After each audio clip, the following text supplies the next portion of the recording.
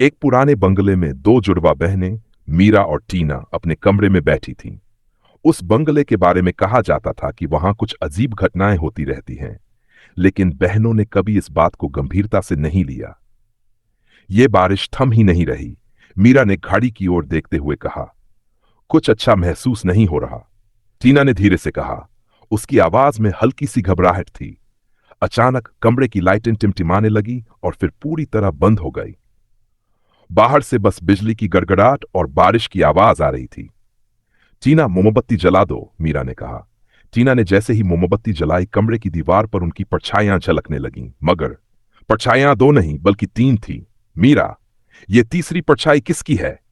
टीना का चेहरा सफेद पड़ गया। मीरा ने कांपते हुए पीछे मुड़कर देखा। वहां कोई नहीं था, लेकिन परछाई अभी भी दीवार पर थी। तीसरी परछाई धीरे धीरे बड़ी होती जा रही थी। तब खिड़की से तेज हवा का झोंका आया और मोमबत्ती बुझ गई। अब कमरे में घुप अंधेरा था। एक धीमी सी डरावनी हंसी गूंजने लगी। तुमने हमें क्यों बुलाया? एक अजीब भयावह आवाज आई। मीरा, ये कौन है? टीना ने चीखते हुए कहा। मैं नहीं जानती। मीरा की आवाज लड़खड़ा रही थी। अचानक लाइटें वापस आ गई, मगर अब कमरे में सिर्फ टीना अकेली खड़ी थी। मीरा गायब हो चुकी थी। मीरा, मीरा कहां गई? टीना रोने लगी। तभी दरवाजे के पीछे से वही डरावनी हंसी फिर सुनाई दी। दरवाजा धीरे धीरे खुद ब खुद खुलने लगा।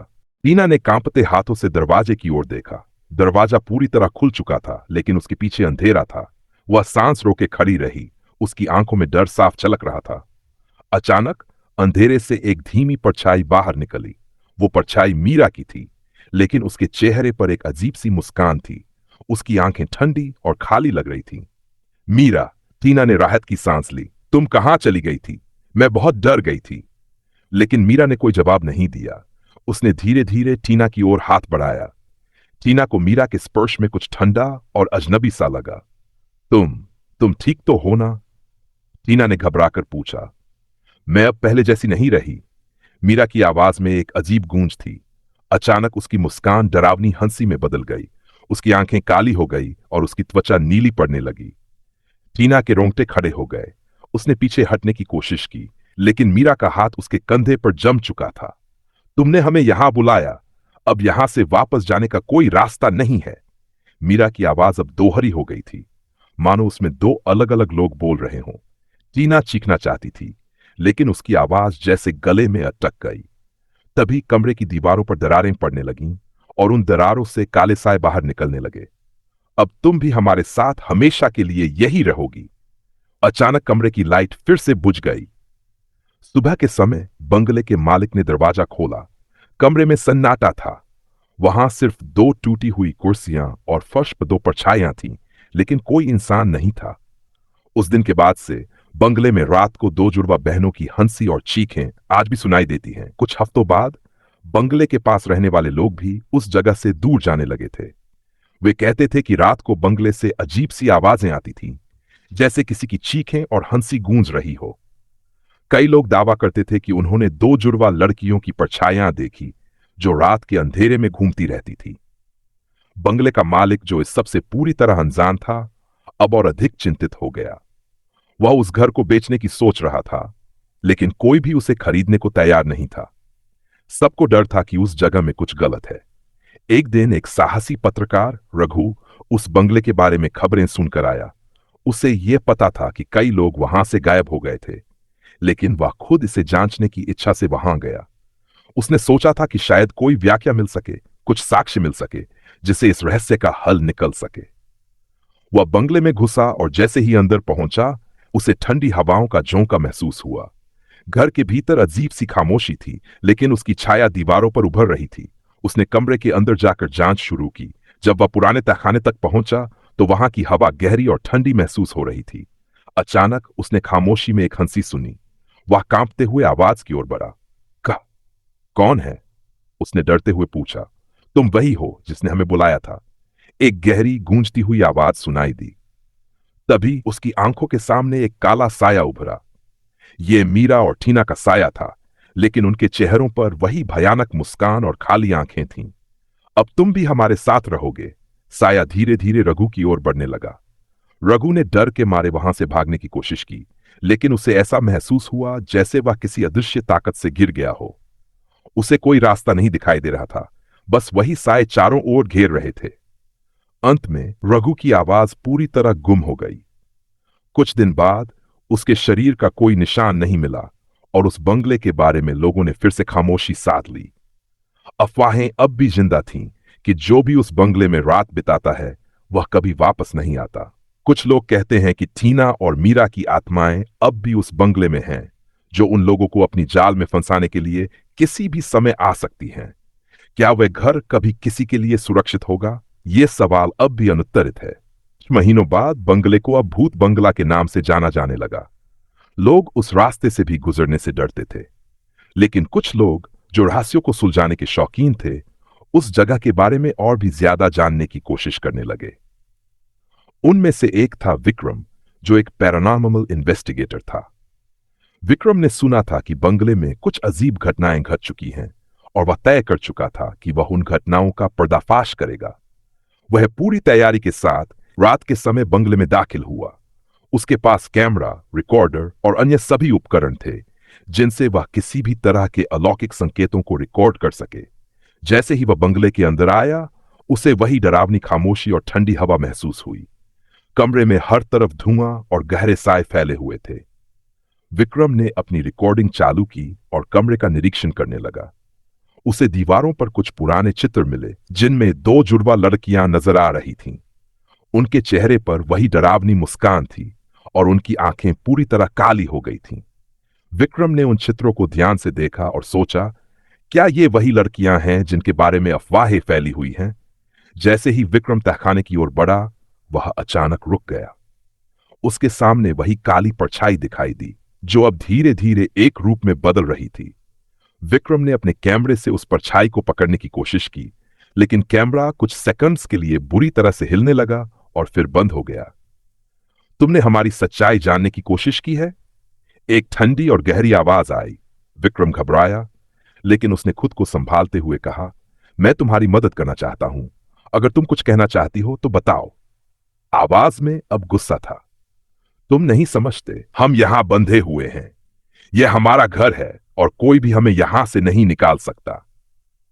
विक्रम ने जल्दी से अपनी रिकॉर्डिंग चालू की और कुछ महत्वपूर्ण सवाल पूछने लगा।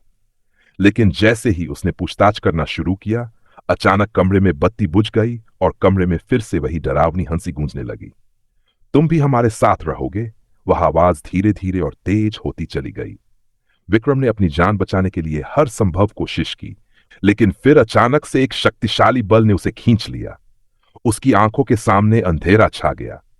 अगली सुबह विक्रम का भी कोई पता नहीं चला। अब लोग कहते हैं कि बंगले में जो कोई भी जाता है वह लौटकर नहीं आता, और जब रात होती है तो दूर दूर से लोग उस बंगले से डरावनी चीखें और हंसी की आवाजें सुनते हैं। कहानी यहीं खत्म होती है, लेकिन क्या सच में बंगले में कुछ अदृश्य शक्तियां हैं, या ये सब सिर्फ एक भयावह अफवाह है? के साथ भूत बंगला का डर और भी बढ़ गया था। लोग कहते थे कि जो भी उस बंगले के पास से गुजरता था, वह किसी ना किसी अजीब घटना का शिकार हो जाता था। रात के समय जो लोग अपने घरों से बाहर निकलते, वे अक्सर बंगले की ओर देख सकते थे, जहां अब तक लोग जुड़वा बहनों की परछाइयां देख चुके थे। कुछ लोग तो ये भी दावा करते थे कि उन्होंने रिया की चीखें सुनी हैं, जो रात के अंधेरे में बंगले के अंदर से निकलती हैं। लेकिन कुछ लोग ऐसे भी थे जो इन अफवाहों को सिर्फ काल्पनिक मानते थे। एक दिन एक ग्रुप ऑफ पैरल इन्वेस्टिगेटर्स, जिसमें 4 लोग थे, बंगले में घुसने का फैसला करते हैं। इनमें से एक था शशांक, जो एक प्रसिद्ध पैरानॉर्मल डिटेक्टिव था। शशांक और उसकी टीम ने तय किया कि वे हर हालत में इस रहस्य का समाधान निकालेंगे। उन्होंने इस बार पूरी तरह से तैयारी की थी और उनका उद्देश्य केवल यह नहीं था कि वे डर का सामना करें, बल्कि यह था कि वे इस शापित घर को सच्चाई से सामने लाएं। वह ग्रुप रात के समय बंगले में दाखिल हुआ और उनकी टीमें विभिन्न कमरों में बंट गई।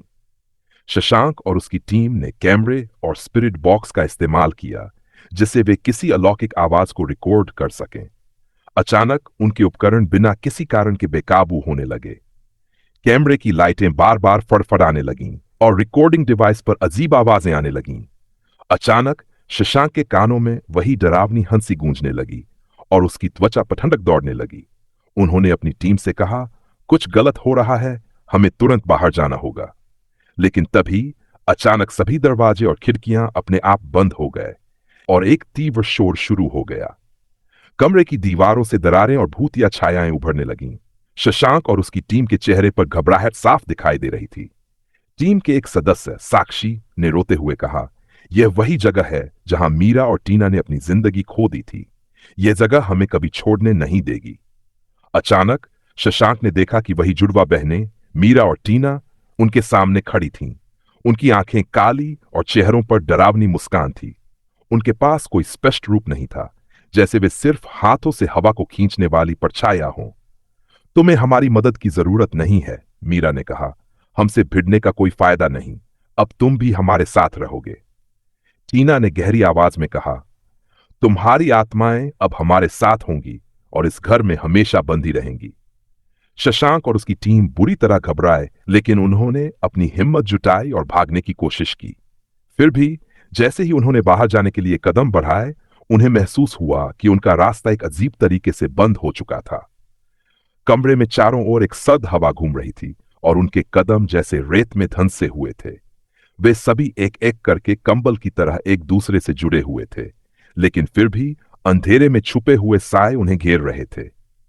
अचानक एक और जोरदार चीख गूंज उठी और फिर एक गहरी खामोशी छा गई। अगली सुबह बंगले के बाहर कुछ लोग इकट्ठा हुए। शशांक और उसकी टीम का कोई निशान नहीं था। बंगले में एक और नया डर समा चुका था। अब तक लोग सिर्फ ये कहते थे कि जो भी उस बंगले में जाता है वह कभी वापस नहीं आता। अफवाहें फैलने लगीं कि वहां अब शशांक और उसकी टीम की आत्माएं भी फंसी हुई हैं। भूत बंगला अब पूरी तरह से शापित स्थान बन चुका था। कोई भी उस जगह के पास जाने की हिम्मत नहीं करता था, क्योंकि उसे पता था कि उस घर में अब 3 परछाइयां हैं, मीरा, टीना और रिया, जिनकी आत्माएं अब हमेशा के लिए वहां बंदी रह गई थीं। कई सालों बाद लोग कहते हैं कि अगर आप बंगले के पास से गुजरते हैं तो कभी कभी आपको उन तीनों की हंसी सुनाई देती है और वे आपको अपने जाल में फंसाने के लिए हमेशा तैयार रहती हैं। क्या ये अफवाहें सच हैं? कोई नहीं जानता, लेकिन उस डरावने बंगले के आसपास कोई भी शांति से नहीं सोता होती है। लेकिन रहस्य और डर हमेशा के लिए जीवित रहते हैं।